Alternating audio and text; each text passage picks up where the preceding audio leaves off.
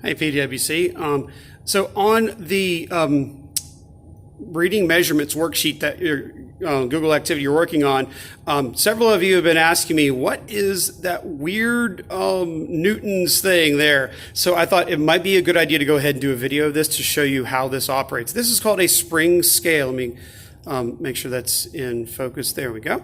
The spring scale, it measures force, and that capital N, Newtons is a unit of force, and you will be learning those later on in this class. But the way this works is, you see there's a spring right here, hence the name spring scale, and the handle at the top, and then you have a gauge right here, and see that the gauge is attached to the spring, and then at the bottom there you have a hook. And the way that this works is that you can actually attach a mass to the bottom of this hook, and because gravity pulls at a constant acceleration, we can actually use,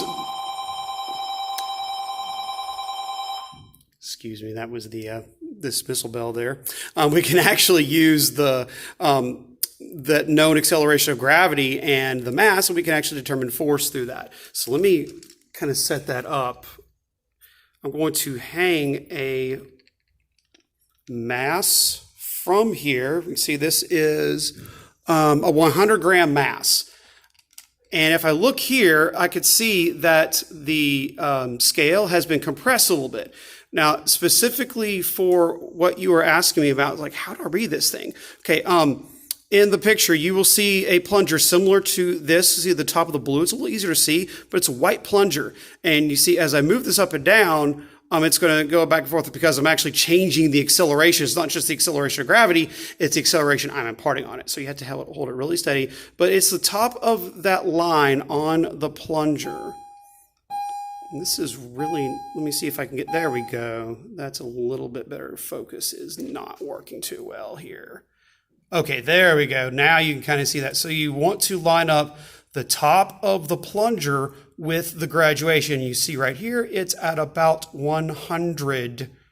And this should be in, well, and actually, yeah, this is, the 100 is the 100 grams there. On the back, that's what you're looking at.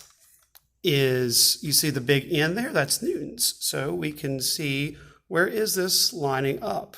Well, it is actually really close to 1 Newton, and that's not coincidental, but we'll get into that later. So that is your general operation of a spring scale.